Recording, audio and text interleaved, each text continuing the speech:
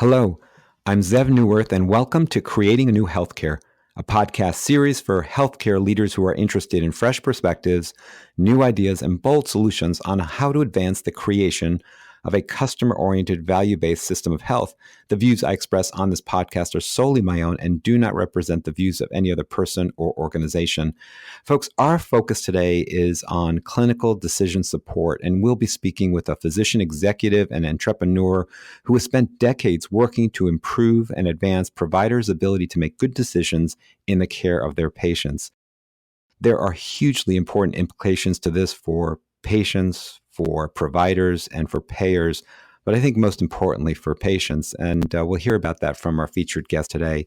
So our guest is Dr. Scott Weingarten, who joined Premier about 5 months ago, maintaining his title of CEO of Stanson Health, the company he co-founded and a company that was acquired by Premier. Prior to this, he was the Senior Vice President and the Chief Clinical Transformation Officer at Cedars-Sinai Hospital. His tenure there at Cedars-Sinai lasted 25 years, which is remarkable. And he continues to work with that hospital as a consultant to the CEO, a professor of medicine, and a member of the medical staff. Dr. Weingarten was the co-founder, president, and chief executive officer of Zinx Health, that's ZYNX, which is the leader for order sets and care plans for electronic health records. Scott sold Zinx Health to the Cerner Corporation and later to the Hearst Corporation. He's also the co-inventor of 3 software patents granted by the United States Patent and Trademark Office. Scott graduated from UCLA's medical school. He completed his internship, residency, and fellowship in internal medicine at Cedars-Sinai. He also completed a fellowship in a National Center for Health Services research program at the RAND UCLA Center for Health Policy and Study. And while there, he also received a Master's of Public Health degree at the UCLA Fielding School of Public Health. He's published about 100 articles and editorials on healthcare quality improvement, clinical decision support, and related topics, and has authored numerous chapters on improving the quality of patient care in some of the leading internal medicine textbooks. I can't tell you how excited and delighted I am to have this opportunity to speak to Scott. He and I have spoken a number of times, but this is really the first time I'm going to have this opportunity to really interview him. So Scott, without further ado, how are you doing today? Thank you very much, Zev, for that extremely kind introduction. I'm doing just fine. Thank you. So let's dive in, Scott. I've been familiar with Stanson for now at least a couple of years. How long has Stanson been around? When did you found it? And could you give us all a little bit of high-level background on exactly what Stanson offers and what clinical decision support means? Yes, we founded Stanson approximately 6 years ago at a Cedars-Sinai Health System in Los Angeles. And Stanson was founded to be a clinical decision support company. There were a number of clinical decision support companies out there. But at the time, we saw an opportunity to create a company that would query information in the electronic health record, initially discrete data, but then read and interpret free text information and provide guidance to healthcare providers during the course of care while the doctor, the nurse, the pharmacist is seeing the patient, both in the ambulatory setting and in the hospital setting, making recommendations you should consider offering this drug, performing this imaging procedure, because the care will be better, that this drug has been associated with a lower mortality rate, lower morbidity rate, fewer hospitalizations. And also, you might want to consider not doing this test or this procedure because it has been shown that the harm exceeds the benefit or there are no benefits. So we saw a great opportunity because we have healthcare providers now on electronic health records, organizations spending a significant amount of money to purchase, implement, and maintain electronic health records, both in the ambulatory setting and the hospital setting, and a strong desire by everyone to see benefit of this investment, benefits in terms of better patient care and better value of care. So that was really the goal. And we also were familiar with the literature, which showed that if you provide real-time guidance to healthcare providers, context-specific information about what one should consider doing or not doing for the patient sitting in front of you, given that patient's clinical status, social determinants of care, demographic information, that one is significantly more likely to impact the care, influence the care, than if one did not. Yeah, no, that's a great summary. So the things that pop out at me as I'm hearing you define it, the founder of this, number one, it's embedded in the electronic medical record system, whatever system you're using. And I assume that you work across multiple electronic medical record systems. Yes, that is correct. So we started out with the high market share electronic health records, those who have the highest market share both in the ambulatory setting and the hospital setting, because there are a number of electronic health records. And we thought for a system trying to reduce undesirable variation in care across the entire health system, the continuum of care, one needed to offer clinical guidance in more than one electronic health record. So it's embedded in the system. So you don't have to go out and go out of the system. You don't have to look something up in a book or an app on your phone. It's there real time. And that actually is the second thing that you mentioned. And I think it sort of pops out at me is the idea that it is real time. You don't have to wait till after the patient leaves the exam room or the office. You don't have to go look it up somewhere. It's happening as you're seeing patients, right? That's exactly correct. So, my background, I'm an internist, primary care physician by background, used to take care of a lot of patients. And although I tried my best and cared deeply about patients, I did make mistakes.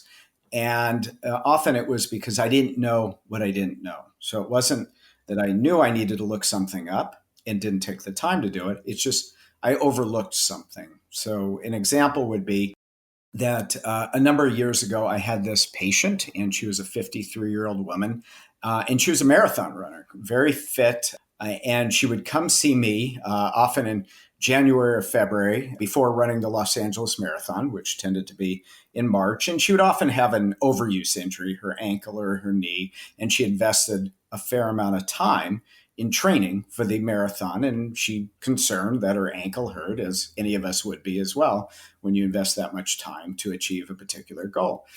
And so I would address whatever the issue was at the time, her ankle or her knee. And then one year, I said to her that I really would like you to schedule a physical exam, which she did. And then I ordered a mammogram on her, which showed breast cancer. And then I did what many healthcare providers would do and look at when was the last time a mammogram was ordered on this patient. And it was 3 years ago. And I knew the evidence. I knew that mammograms can potentially save lives. This patient is very health conscious, and it wasn't that I recommended a mammogram and she refused. It was I didn't think about it at the time. I thought about her knee or her ankle, and I recognized that had something have reminded me to order a mammogram earlier than 3 years, I would have done so, and she would have had the mammogram, and perhaps breast cancer would have been detected earlier. Now, the good news is with this patient is that it was early stage breast cancer and she did fine, but she did fine really because of luck rather than the care I delivered. And I recognize that that was one example in the care of my patients as a primary care physician, but that I'm not alone. I started talking to other healthcare providers, and they all shared with me similar stories that they didn't fail to look something up. They just overlooked something at the time. If you have 1,000 opportunities to make an error, to make a mistake, 10,000 opportunities, 100,000 opportunities, it's inevitable that you're going to make a mistake. Thank you for sharing that story. And I can't imagine that anyone who has practiced for any amount of time can't relate to that. To your point, we're only human. And how do you keep that in mind, those checklists? And, the other thing as you were talking, what came to my mind was this issue of you talked about the right thing to do and sort of the evidence base of it. So I guess I'm wondering how many different types of clinical decision supports or clinical decisions have you created a support for? And how do you keep those up to date? Yes. So we have looked into a number of the evidence-based guidelines. So guidelines from the subspecialty societies, as well as landmark research. So we have a library of over 400 clinical decision support items that are available for health systems, and they pick and choose from the library and decide what would be appropriate for care at their organization. But the library is always growing, and each quarter we produce more clinical decision support. And really, what are the issues that people care most about? And certainly reducing mortality, morbidity, improving the value of care, but it might have to do with bundled payments or reducing opioid use and other issues that people recognize are significant quality and value concerns. And to your point, all of the information, or virtually all of the information, is perishable. So you need clinicians continuously reviewing the guidelines, reviewing the medical evidence to look for changes where an organization might rethink whether that clinical decision is appropriate in its current form is appropriate or needs to be updated and modified to reflect the most recent medical evidence. And do you have categories of these clinical decisions? And so is it preventive measures and some of them lab test ordering, radiology? How do you lump them? And also, are you, given what you just said, are you also bundling them to say to an organization, hey, you're in a certain contract, MSSP, or a certain episode bundle or something like that. Here's metrics you might want to, have to include to support your providers in meeting those contracts and those quality and utilization outcomes. Is it, or is it just, sort of a pick and choose and you let your customers do that? No, you're exactly right. So, on one hand, it would be imaging, lab, medication, procedures. It might have to do with reimbursement or clinical documentation related to reimbursement, but it also might be around initiatives. Antimicrobial stewardship is a key initiative for you. Bundled payments is a key initiative. Reducing Medicare losses is a key initiative. So, organizations might select clinical decision support that aligns with the strategic goals of their healthcare organization as well. So that's really neat. And I wanted to ask this question, sort of, who is your primary customer? And it seems to me that clearly for you, it came from you being a provider, a physician, an internal medicine primary care doctor, but also looking at your colleagues. So there's one customer to try to help them. And I do want to ask you about that because I think the first reaction is, well, is this an alert or something that's going to stop me in my workflow and slow me down? And is it adding more burden to me? And I think that's just just an obvious question. I'm sure you're asked quite a bit and your colleagues at Stanson, but you did create it to help providers. And then of course, it helps the organization in terms of meeting contractual goals and metrics and outcomes, whether that be quality or utilization, appropriate utilization. And then third, it just obviously benefits the patient. So I'd like you to speak to those three sets of customers, or do you think about it in a different way? No, I think about it same way you do, Zev. But I think really the primary customers being the patients and the healthcare providers. And to your point, the healthcare providers, anything that slows them down will be poorly received. And it should be poorly received. So we go through a lot of effort to make sure that any guidance that's provided in the workflow is valuable to healthcare providers and they find valuable. And so the first thing we do is we take a look at and inventory all of the existing clinical decision support that a healthcare organization might have. And this clinical decision support did not come from Stanson, but often when there was an EHR go live, an organization thought there should be clinical decision support, and there was some organized process to implement clinical decision support across the organization. Now it's 2 or 3 or 4 or 6 years later, and many organizations have not gone through the work of identifying what clinical decision support that currently is being used has led to substantial changes in care and what clinical decision support is interrupting providers without offering any value. So the updates and maintenance and evaluation of clinical decision support is critical, and you have to really clean house. When we moved into the home that we currently live in, I was really excited. And, I cleaned out the garage, we cleaned out the house, and I actually enjoyed cleaning out the garage. But after we've been in the home for a number of years, I don't get excited about spending my weekend cleaning out the garage. And there is, truth be told, a little bit of clutter in our garage. Same thing occurs at virtually all health systems. So they've inserted clinical decision support along the way. Many organizations have not evaluated, does this clinical decision support that was previously implemented, does it save lives? Does it reduce morbidity? Does it improve value of care? So we would do an inventory and see, gee, how often does a clinical decision support fire before a provider changes an order? And we call that number needed to change. Does it fire 10 times before a provider changes an order? 100 times, 1,000 times. And we have found in many cases that clinical decision support can fire hundreds to potentially even 1,000 times without impacting care. Then we look at the reasons why providers decide to reject or override a recommendation. And we look at free text and using machine learning, do sentiment analysis. And it could be things, I think this clinical decision support recommendation is really dumb. So we say it's key to prune the tree so that it bears the fruit. So the first thing is to remove existing clinical decision support. And often an organization can reduce the alerts by 20, 30, 40, sometimes even 50% before you really get started with the higher value clinical decision support.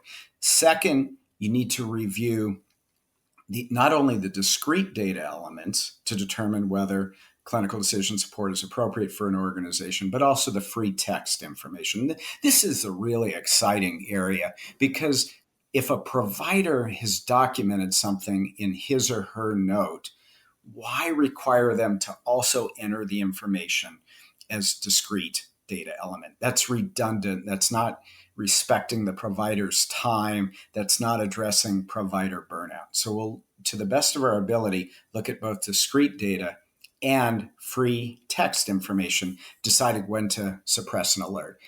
Next, we look at the false positive rate and only recommend clinical decision support if the false positive rate is lower than a certain threshold value, depending on the importance of that particular clinical decision support element. So there's a whole process involved with making sure that what providers see as high value can potentially save lives, reduce morbidity, and improve the value of care, rather than will be viewed as annoying, distracting, with little benefit to patients. So we think that whole process is absolutely critical. I mean, when I think about clinical decision support, it's very much like you described. There's an alert that's put in, embedded in. A lot of places have homegrown clinical decision supports.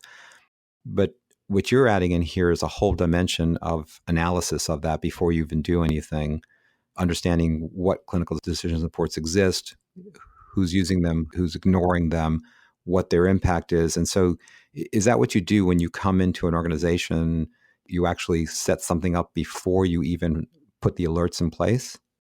Absolutely. I strongly believe there should be a whole process to review and optimize existing clinical decision support and a process to remove the low value clinical decision support alerts before even a single alert is inserted. Let me give you one more example. Order sets and preference lists. They were often created when the electronic health record went live by well-intentioned, hardworking people. And order sets and preference lists were intended to reduce underuse, to remind providers to do a certain thing. Remember to give a beta blocker, an ACE inhibitor, an ARB for this patient with heart failure. However, like drugs, order sets and preference lists have side effects or adverse consequences. So we found by looking at orders, for example, a number of opioid orders come from order sets and preference lists. So let's say for a preference list for general discharge might have opioids on it, or outpatient order sets might have opioids on it. And as you know, Zev, our problem is with overuse of opioids, not underuse of opioids. So we recommend, after doing this analysis, looking at each order set and preference list to determine where opioids should be removed. Countless other examples. I'll just give you one more in terms of optimizing the environment before adding any alert. Cardiac monitoring and telemetry. Many organizations, if not most, put cardiac monitoring and telemetry on their general admission order set for medicine and surgery. And that can lead to overutilization of cardiac monitoring and telemetry. So, what we did at Cedars-Sinai is we removed, through the leadership of the cardiology department, many orders for cardiac monitoring and telemetry when it was inappropriate. Why should we be reminding doctors on a general surgery admission for a patient with cholecystectomy, undergoing cholecystectomy or appendectomy, remind them about cardiac monitoring? So we removed, or the cardiology leadership removed it from a number of order sets and preference lists. We also added, after removing alerts, the American Heart Association guidelines for the appropriateness of telemetry, and we found a very large reduction in inappropriate cardiac monitoring and telemetry use. And then we also looked at outcomes such as code blues, initiation of the rapid response team, and mortality rates, and found no worsening at all of outcomes and about a $3.7 million a year reduction in cost. So it was an opportunity to improve value of care by optimizing clinical decision support through the use of reviewing order sets, preference lists, and adding a few clinical decision support alerts. Yeah, that's a great story. And I'm glad you talked about outcomes. That was actually what I was thinking about as you were speaking, is you implied before that as you go in, and this metaphor of cleaning house, I think is spot on. It makes, and now that you've described it, it makes a lot more sense to me. The idea that you're going in to see what exists and what values it bring. And it was all done with good intention to just load the electronic medical record system with reminders and order sets, as you put it. But the unintended consequences that you get overutilization, which is bad for patients and obviously costly for whoever's paying for that care. And it also is tremendous extra burden on the providers of care and the teams that are providing care.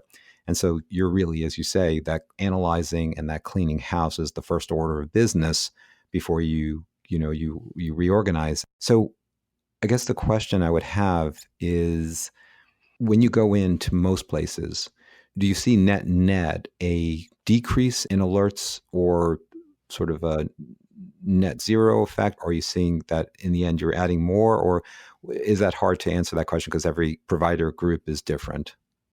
The optimal outcome is a reduction in overall alerts, and virtually all health systems have a lot of low performing, low value alerts, which can be removed or improved. So in most organizations, the goal is always to reduce the overall number of alerts, and that for whatever volume of clinical decision support is left, that there is measurable improvement to patient care, improvement in terms of quality and value of care. However, there are some exceptions. Rarely we'll find an organization that is implementing an electronic health record or switching from one electronic health record to another electronic health record and implementing it for the first time, and therefore they have virtually no clinical decision support and therefore no benefit from clinical decision support. And in those instances, the volume of clinical decision support will increase. And now, again, importantly, as you said, the primary customer, and it sounds like you put the patient and provider together as your primary customer. In terms of outcomes you've achieved in organizations around quality improvement, could you speak to some of that? And I think you shared one story so far. And on the other side of that coin, so to speak, is the cost of care. And so have you demonstrated savings? And this, of course, for any organization now, this is critically important, whether you're in risk-based contracts. We're all moving with Medicare towards shared savings rapidly. And of course, working with employers now, they're all looking at the cost of care. Everyone's looking at the overutilization, which is rampant in healthcare today. And so what evidence or outcomes do you have to share with us around both the demonstration of quality being improved as well as the cost being reduced appropriately?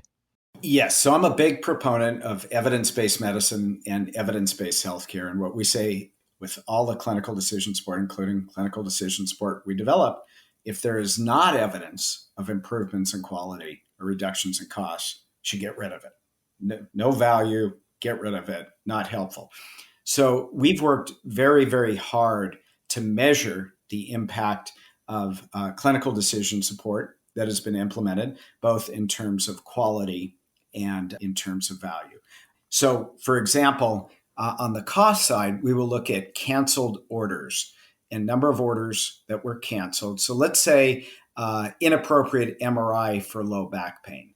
How many times was the order for MRI low back after an alert pops up saying that it's potentially inappropriate and providing the evidence that it's inappropriate? How often was it canceled and one did not substitute a different imaging study? And so we look very carefully at that. We also look at reduction in inappropriate orders because we find a learning effect or educational effect. So if someone's seen an alert a few times, healthcare providers are very, very bright, and they know the next time they're going to see this alert. So they don't order the same lower back MRI, act surprised that they saw the alert, and then cancel it. But if they agree with the underlying evidence that a 66-year-old with mild low back pain of 2 days duration and the 66-year-old is otherwise healthy, does not need an MRI, they don't order it to begin with. So we look for a reduction of inappropriate orders.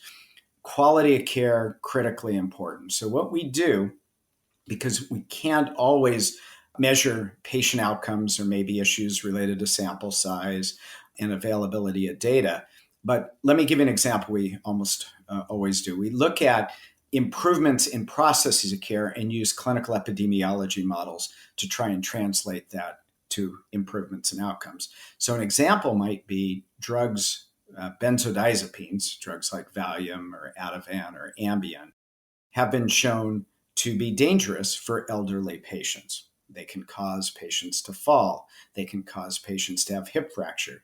They can cause patients to die after their hip fracture. So we would take a look at how much we're able to reduce benzodiazepine usage in elderly patients.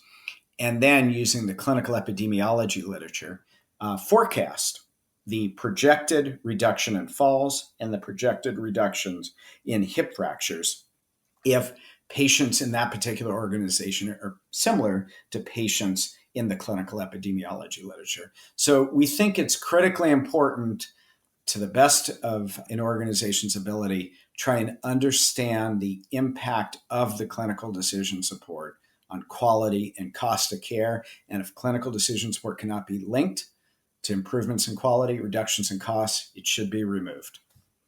Yeah, that's great. No, that's very, very helpful.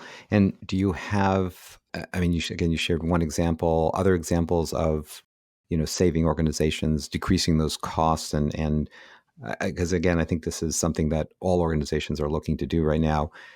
Clearly, the number one issue is making sure, as you point out, that it is, in fact, very, very sound evidence-based medicine, that it is appropriate, and then the cost savings follow from that. And so, unnecessary testing is one example. Medications are another. I'm just wondering if you have any quick vignettes or quick stats around that. Well, we have it for all the organizations that are using it. There are over 400 hospitals and about 125,000 providers currently using it. And so we have data from the EHR on all organizations and the impact on cost of care or utilization, and we're able to project the impact on quality. So that's a routine part of the analysis. And, sometimes we see lower improvements in costs and quality than we would like. And we talk to the organization and they're able to benchmark their inappropriate care compared to other organizations.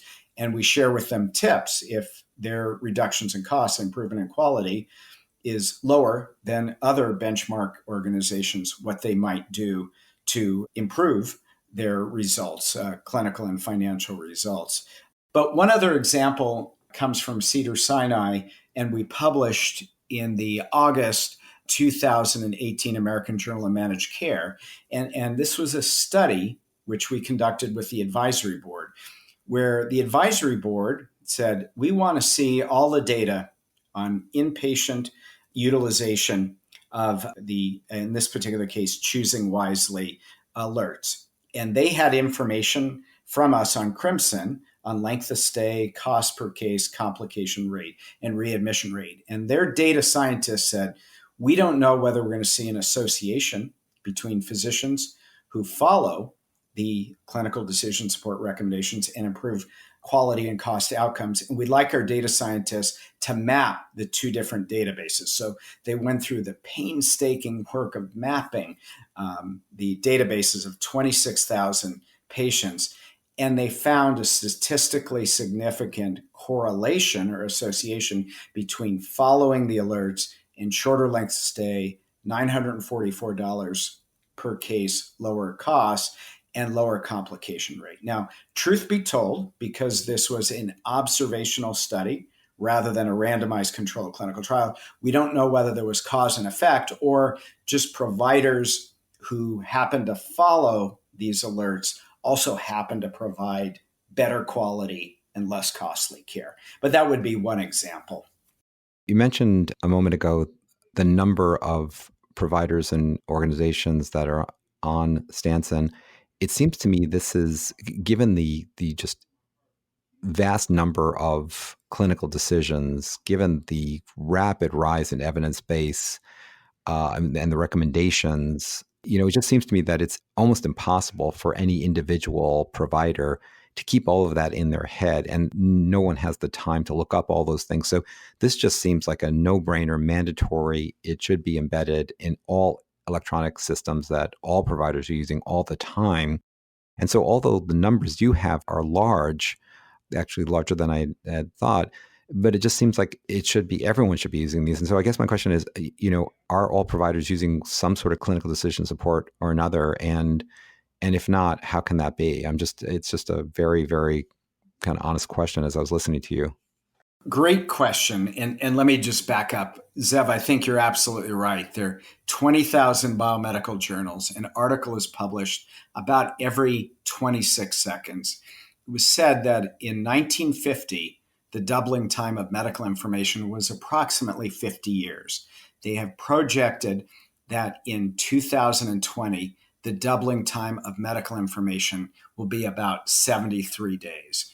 I once heard Dr. Bill Stead from Vanderbilt give a lecture, and he said that if you had a medical resident who finished their training and they knew absolutely everything, she had perfect board scores and knew all that was to be known at the time when she finished her training. She read and retained the information in 2 articles every night. And Zev, you as a physician know as well as I do, it's hard to retain all of the information in 2 articles every single night. I can't do it. But if she did, at the end of a year, she would be over 1,000 years behind the world's literature. So with the proliferation of proteomics, genomic information, microbiome information, it is absolutely impossible for any human being on the planet, I don't care how absolutely brilliant they are, and even if they have a photographic memory, to remember all of the information that's potentially available to help with the care of an individual patient. And at some point, we're all going to have genomic profiles. So if I develop hypertension, and Zev, if one day you develop hypertension, drug that might be best for me, most efficacious with the fewest side effects, might be different than a drug that might be appropriate for you one day. No one's going to be able to remember it. So I think we're in the earliest stages of clinical decision support. I think it will be absolutely critical for healthcare to be delivered through the use of decision support in the future. And I think it'll become a routine part of practice, just like when I fly, I'm taking a plane tomorrow. And when I fly, I trust that the pilot and co-pilot are going to be using decision support to help me get to my destination safely. And if we also think about the future of autonomous vehicles or self-driving cars, those are really decision support with a chassis, a steering wheel, some tires, brakes, and decision support, detecting information from various sensors and saying the car should turn right, left, speed up, or brake. So I think decision support will be an integral part of all healthcare in the near future. It sounds that it sounds like it should be now. As you were speaking, the thought came to mind that it's almost sort of like computer assisted or artificial intelligence assisted medical care. I had this vision in my mind as you were talking, and I honestly, I've heard some of those stats before, but the ones you said were even more alarming, that there's no way that any single human being, any single provider, no matter how much they try to stay on top of the literature, can. Even I'm thinking even within a specialty. I mean, you and I practice general internal medicine, and that is just incredibly challenging just because of the breadth of knowledge required. But even in a specialty, keeping up with that literature. And so, what is the future here? And I think in particular, how do you make this doable? Again, I think from, I work with lots of physicians, and we're using clinical decision support. And to be just transparent about it, we're working with Stanson and starting to work with Stanson, which is how I have some familiarity with what you're doing. But how do you make this doable? This has got to be embedded in the clinical practice. It's got to be a part of the clinician's mind, if you will. So I'm just kind of wondering, how are you trying to do that now? I think your intention around trying to unload unnecessary information and unnecessary clinical decision support tools is part of that. But what does the near future look like? Well, we're undergoing a period of transition. And when I was an intern, I would be called to the emergency department sometimes in the middle of the night for a patient with chest pain. And you'd have to read an EKG. And Zev, you probably had this experience where you'd look for half millimeter or 1 millimeter of ST elevation or a change in the electrocardiogram. And at 1 or 2 in the morning or 4 in the morning, sometimes the mind would play tricks on me, and it was hard for me to determine with certainty whether it was there or not there, despite my complete attention and recognizing the importance of my determination. And then somewhere during my residency, it became computerized, and there was decision support where a computer would read the EKG for me and tell me whether the change in the electrocardiogram was there or not there, and basically tell me whether I should be concerned or not that this patient is having a heart attack or potentially having a heart attack, or it's a normal EKG. That's what's occurring outside of electrocardiogram. So what we're seeing right now are clinical decision support systems which read the free text, read the discrete data elements, and will provide suggestions to providers, and providers will be able to rate will know whether they followed the suggestion or they didn't follow the suggestion, whether care changed for the better. If they did not follow the suggestion, whether they put in information to make the clinical decision support better. And so just like I would think that Amazon, when I order a book on Amazon, it provides me with recommendations about other books that I might like to buy. And it probably learns from me whether I accept those recommendations and buy additional books or I don't, and probably refines and evolves the decision support. I think we're going to see the exact same situation occurring in healthcare, where future evolutions of the decision support will get better and better. And maybe what would be most helpful for one healthcare provider might be different from another healthcare provider. So the decision support will be tailored over time to reflect the needs and desires of a particular healthcare provider.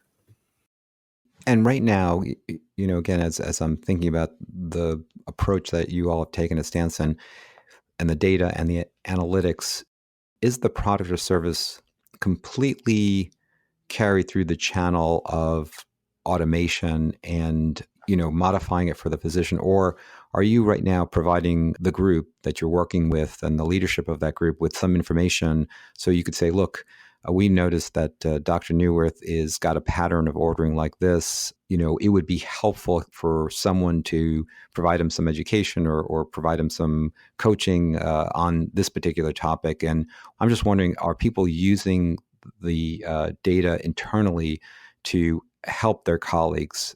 one thing I noticed for years is that providers have certain areas where they're really strong and other areas where they're less strong. And we all have our sort of favorite subspecialty, particularly in internal medicine, where we kind of gravitate or know a lot more than, let's say, some of our other colleagues. And in other areas, we know a lot less. And so I'm not thinking about this as targeting people, but really helping them. And so, because as we know, and you know for sure, we're all getting measured now. And so if we don't measure ourselves, other people are monitoring us down to the level of the individual physician. So it actually is, just an added benefit if your organization is actually helping you with that as an individual provider. So I'm just curious, do you use that other channel of actually talking to leadership and saying, hey, we've got some information, might be helpful for you to help your colleagues? Yes, great point, Sev, and I'm glad you brought that up. That for many of us, we get a lot of feedback while we're in training about our decisions. So if we're a medical student, we get it from residents. If we're a resident, we might get it from fellows and attending. And then you finish your training, you end up in practice, could be medical group, could be private practice, could be faculty somewhere, and you rarely get feedback on your care. So we do provide that information on a physician's or other healthcare provider's practice compared to his or her colleagues to see, do they order more of a certain test or medication than their colleagues, substantially more. So we do an outlier analysis. So an organization might see, Dr. Newworth, you are 3 standard deviations from your colleagues in terms of ordering more MRIs for low back pain. Just wanted to make you aware. Here's the evidence suggesting that early imaging of otherwise healthy low back pain patients who have no danger, symptoms, or signs is not beneficial. And also, please be aware that health plans are trying to use the information through claims data in order to make decisions about which providers are offering the highest value care and differentiating them from healthcare providers who may be offering lower value care. So we think that kind of feedback with clinically granular data compared to evidence-based guidelines where a healthcare can provide or can compare his or herself to their peers is extremely helpful, particularly once one finishes training. Yeah, that's such a great point is you have all this intense feedback and rapid improvement, and then somehow magically you're supposed to practice, the vast majority of your career without that and without that feedback. And so I love that framing. And I think it's a very, very accurate way to look at it.